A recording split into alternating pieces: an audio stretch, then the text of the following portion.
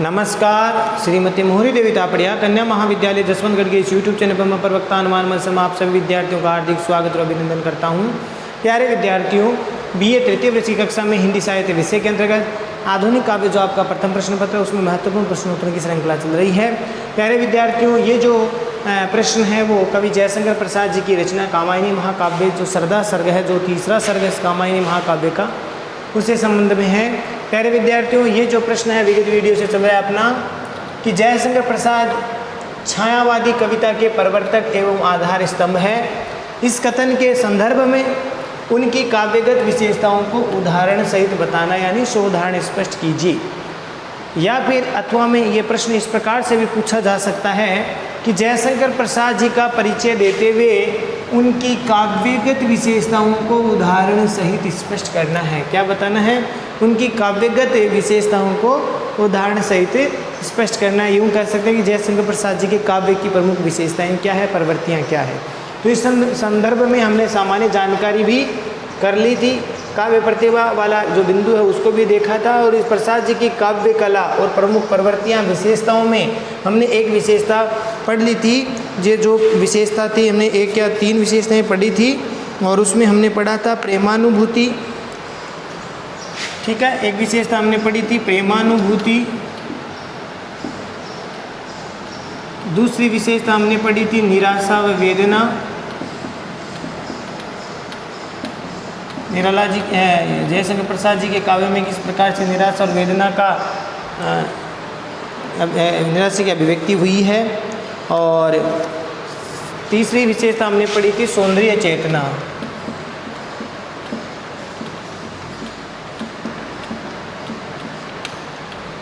अब हम आज पढ़ेंगे चौथी विशेषता।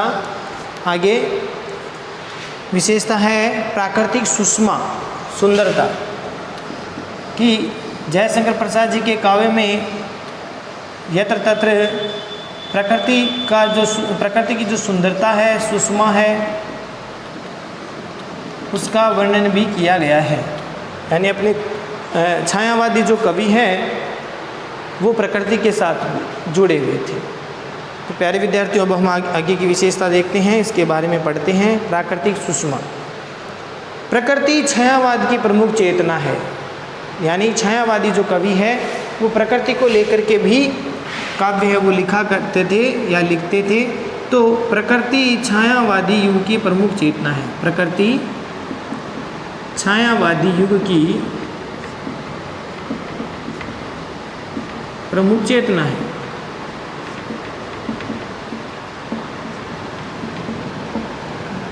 तो प्रकृति की सुषमा का, सुंदरता का वर्णन छायावादी कवियों का प्रिय विषय रहा है, इसका भी वर्णन किया है। और प्रकृति के विभिन्न रूपों का वर्णन प्रसाद जी के काव्य में देखने को मिलता है। ठीक है, तो प्रकृति के विभिन्न रूपों का, प्रकृति के विभिन्न रूपों का वर्णन छायावादी क्षमा करना प्रसाद जी के काव्य में देखने को मिलता है।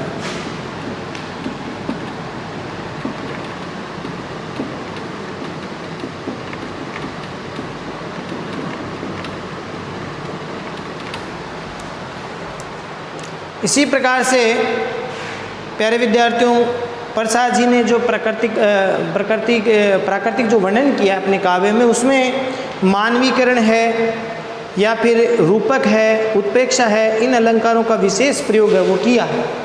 यानी इन्होंने प्राकृतिक सुषमा का वर्णन करने में, प्राकृतिक सुषमा का काव्य में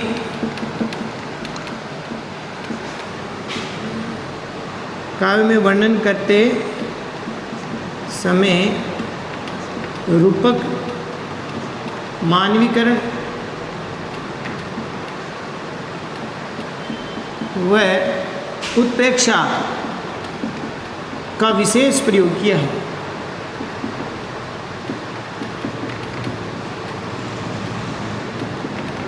प्रयोग किया है।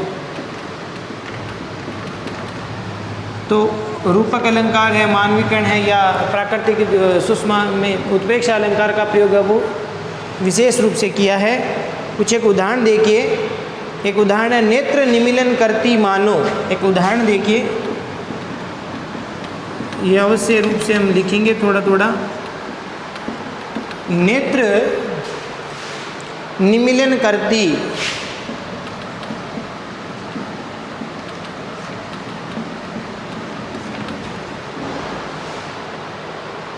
मानो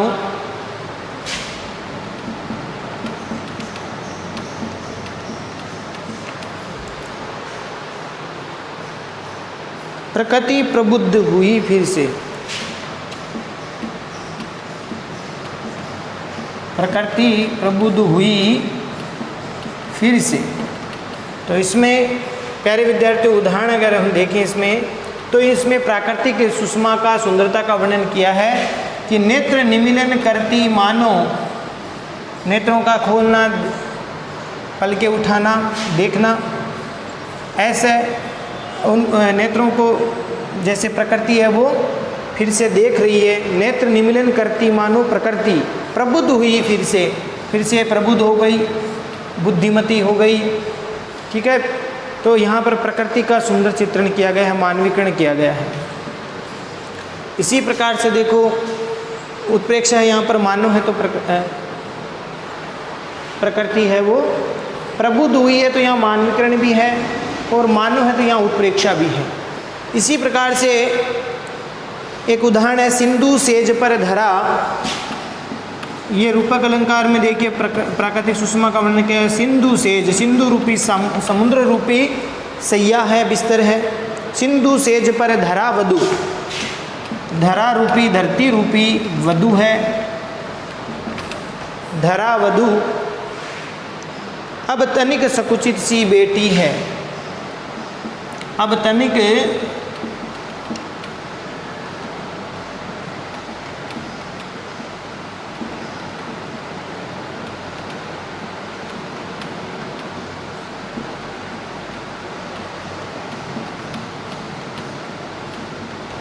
सी बेटी है,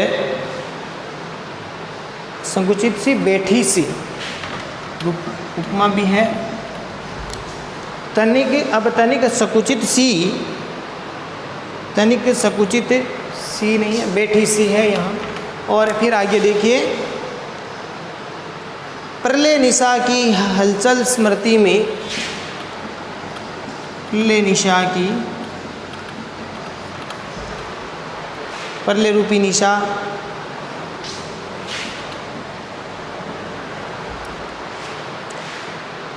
की हलचल स्मृति में,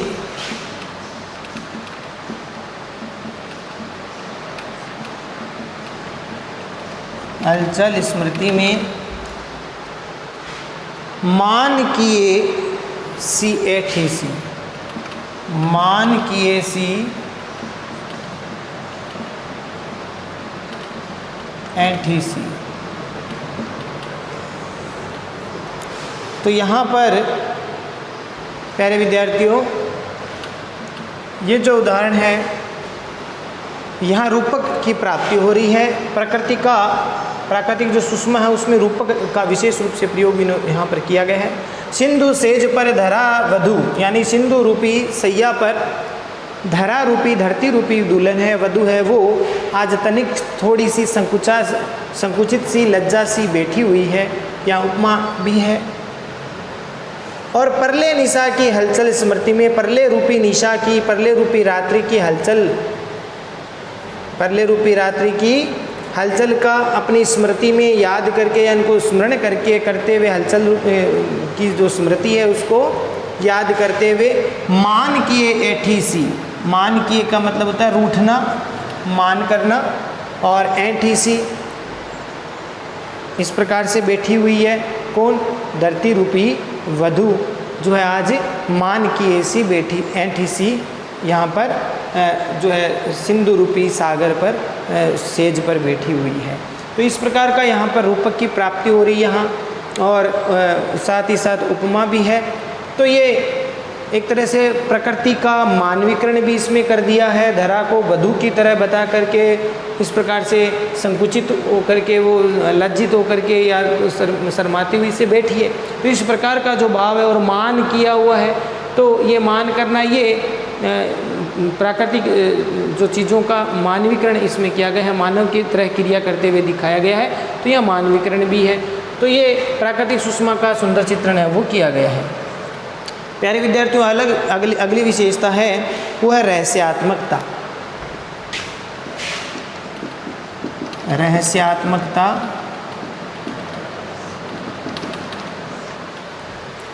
इसमें देखिए,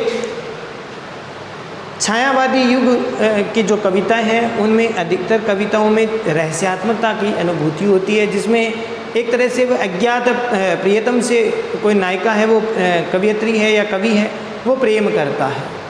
तो इस प्रकार की रहस्यात्मकता की प्रवृत्ति का आभास हमें प्रसाद जी के आंसू, झरना और कामायनी इन रचनाओं में देखने को मिलता है। यानी छायावादी जो रचना है उसमें, छायावादी रचना में रहस्यात्मकता तो है ही है, और इन रचनाओं में प्रसाद जी की बात करें तो प्रसाद जी की जो रचना है, आंसू है, झरना है या फिर कामायनी है, इन रचनाओं में प्यारे विद्यार्थियों प्रसाद जी की छायावादी प्रवृत्ति के साथ उनकी जो रहस्यात्मकता उनका दर्शन होता है। एक उदाहरण देखिए, हे अनंत रमणीय कौन तुम। एक उदाहरण देखिए, हे अनंत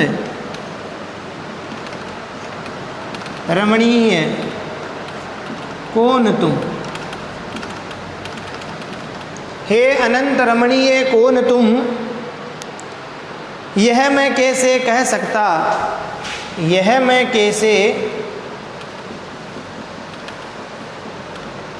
कह सकता,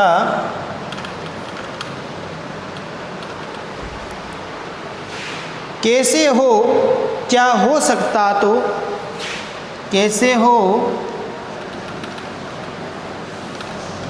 क्या हो सकता तो,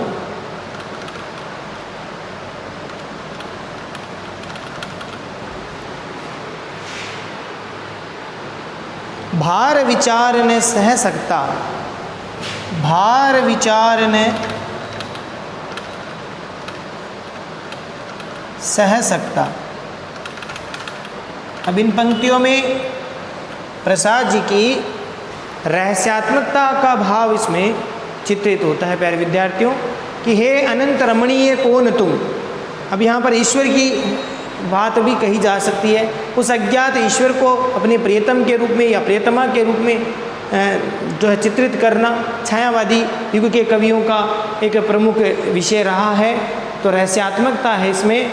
जैसे आप कबीरदास जी की हम पद पढ़ते तो वहाँ पर भी रहस्यात्मकता है। उल्टी बाणी जिसको हम कहते हैं, उलट वांसी का जो प्रयोग करना है वह रहस्यात्मकता है। ऐसे ही छायावादी युग के कवियों ने भी रहस्यात्मकता का प्रयोग किया है। तो ये अनंत रमणीय कौन तुम, ये मैं कैसे कह सकता, ये अनंत रमणीय कौन तुम, ये मैं कैसे कह सकता, कैसे हो क्या हो सकता तो भार विचार न सह सकता, कैसे हो क्या हो सकता तो भार विचार न सह सकता। तो इन पंक्तियों में रहस्यात्मकता का भाव दिखता है। तो ये प्रसाद जी के आंसू है, झरना है, कामायनी जो रचना है इनमें देखने को मिलता है।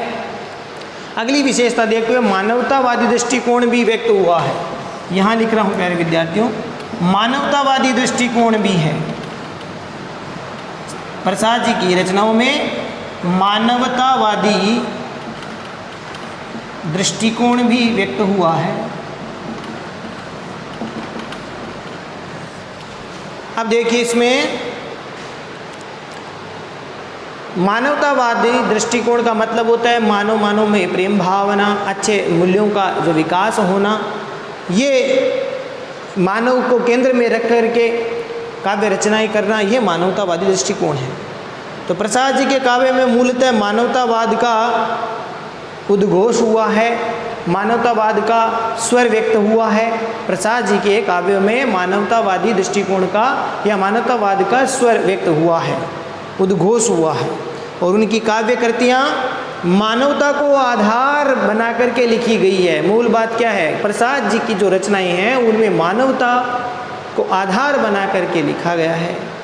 और कामायनी इनकी जो रचना है जो अभी हम पढ़ रहे हैं, यानी आपके जो पाठ्यक्रम में है, सरदा सर्ग जो है इसमें, इसके साथ साथ यानी कामायनी पूरी यहाँ पर महाकाव्य की बात कही जा रही है। तो कामायनी है या इनकी आंसू जो कविता है, इन दोनों में ही विश्व की करुणा का जो सांसारिक जो करुणा है, विश्व की करुणा है, विश्व मानवतावाद की प्रतिष्ठा इस काव्य में प्रसाद जी ने की है।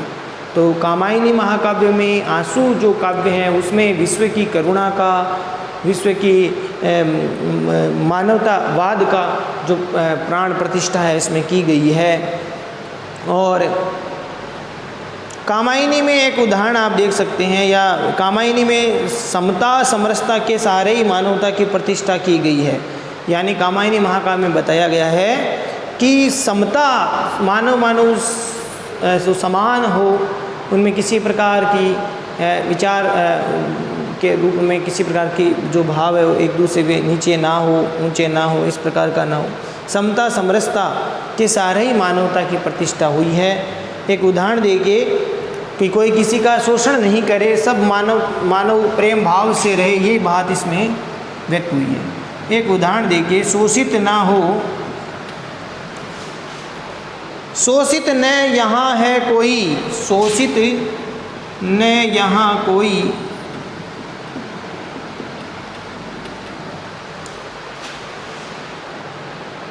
शोषित न यहाँ है कोई, यहाँ है कोई है।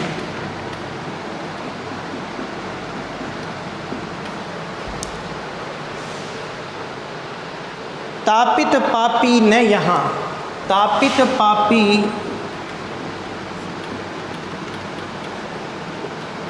है यहाँ, तापित पापी है यहाँ, पापी न है यहाँ।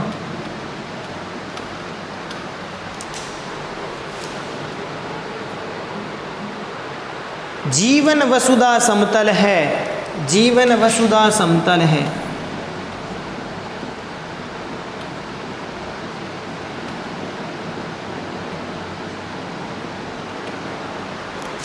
जीवन वसुधा समतल है, समरस है जो कि यहाँ है, समरस है जो कि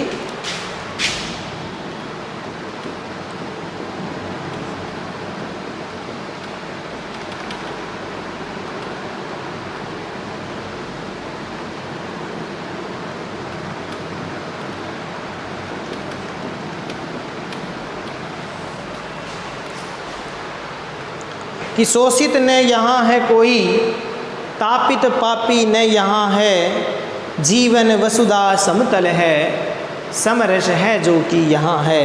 तो इस पद में मानवतावादी दृष्टिकोण, मानवतावादी भाव व्यक्त हुआ है कि कोई यहाँ पर इस संसार में मानव का कोई शोषण नहीं करे, शोषित न यहाँ कोई किसी का शोषण नहीं करता, तापित पापी न यहाँ कोई, यहाँ पर संतापों से, दैविक भौतिक जो संताप उनसे कोई तपा हुआ नहीं हो, संतप्त नहीं हो, पापी न हो। जीवन वसुधा समतल है, जीवन रूपी जो धरती एकदम समतल है, समरस है जो कि यहाँ है, और सब में समरसता का भाव है, समरसता का, प्रेम का जो प्रवाह है वो इस धरती पर होता है, जीवन रूपी धरती पर होता है। तो इस प्रकार से यहाँ पर मानवतावादी दृष्टिकोण का भाव व्यक्त हुआ है, यानी मानव प्रेम भाव से रहे, मानव किसी एक मानव दूसरे मानव का शोषण ना करे, ऊंच नीच का, वर्ग भेद का किसी प्रकार का भेद ना हो यहाँ। तो इस प्रकार का भाव मानवतावादी दृष्टिकोण है, ये भी विशेषता है। और एक विशेषता हम और पढ़ लेते हैं, नारी भावना। साथ ही विशेषता हम देख लेते हैं, नारी भावना।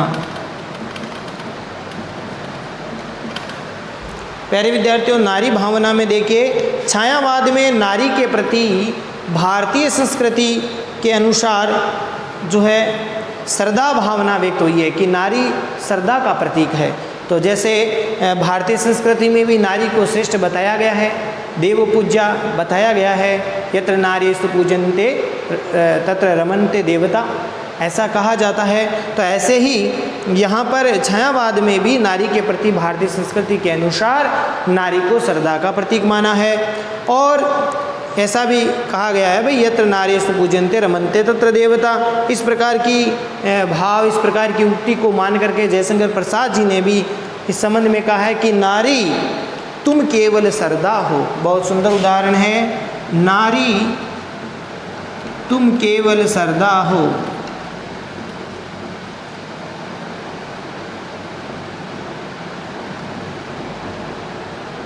नारी तुम केवल श्रद्धा हो, विश्वास रजत, विश्वास रजत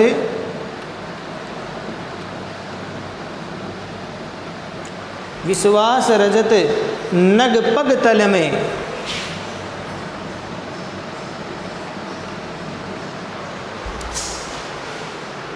पीयूष स्रोत सी बहा करो, पीयूष स्रोत सी बहा करो।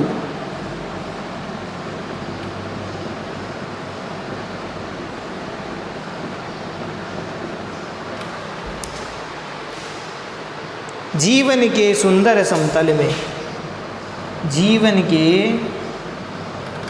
सुंदर समतल में,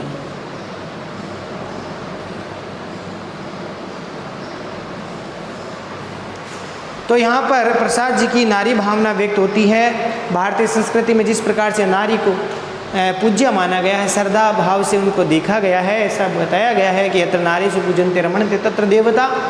तो यहाँ नारी सम्मान की बात है, नारी है वो सम्मान के प्रतीक है। तो इसी प्रकार से जयशंकर प्रसाद जी भी अपनी रचनाओं में नारी को उच्च मानते हैं। और नारी तुम केवल श्रद्धा हो, विश्वास रजत नग पग तल में, विश्वास रूपी चांदी के इस पर्वत के पग तल में, अर्थात विश्वास रूपी इस पर्वत पर पीयूष स्रोत सी बहा करो, अमृत के झरने के समान तुम बहा करो। तुम विश्वास के पर्वत के समान हो, तो विश्वास का नाम हो। जीवन के सुंदर समतल में तुम कैसे इस जीवन रूपी सुंदर समतल भूमि में तुम बहा करो।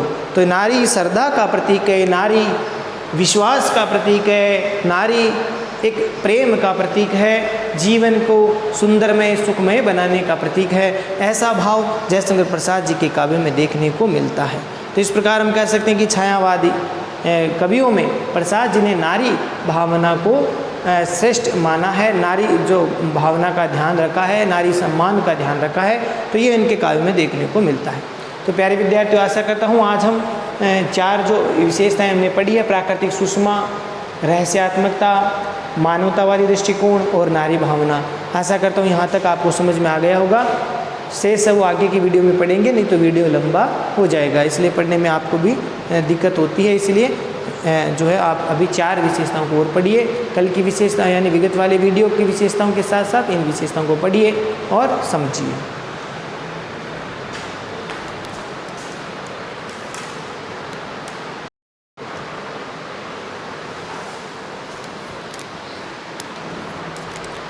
तो प्यारे विद्यार्थियों, आज के लिए बस इतना ही। अगली वीडियो में पुनः उपस्थित होंगे इसी प्रश्न के आगे के भाग को लेकर के।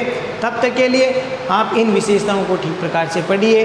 प्राकृतिक सुषमा, इसके साथ हमने पढ़ा रहस्यात्मकता, मानवतावादी दृष्टिकोण, नारी भावना, इसके जो उदाहरण हैं वो प्यारे विद्यार्थियों आपको ठीक से तैयार करने हैं। ठीक है, कम से कम एक उदाहरण तो एक बिंदुओं में आपको ज़रूर लिखने हैं, और तभी आपका उत्तर है वो प्रभावशाली बनता है। तो ज़्यादा कठिन नहीं है, ठीक से आप तैयारी करेंगे, याद करेंगे तो हो जाएंगे। तो ये बिंदुओं के साथ में बहुत ही महत्वपूर्ण प्रश्न है, परीक्षा में आया हुआ है और इसलिए महत्वपूर्ण प्रश्न है, इसको ठीक प्रकार से तैयार करेंगे। शेष आगे पढ़ेंगे, ठीक है, आगे की विशेषता और इसकी और भी विशेषता उनको और देखेंगे। तब तक के लिए आप इसको नोट्स बनाकर याद कीजिए। चैनल को लाइक, शेयर और सब्सक्राइब करना ना भूलें। जय भारत, जय हिंद, धन्यवाद विद्यार्थियों।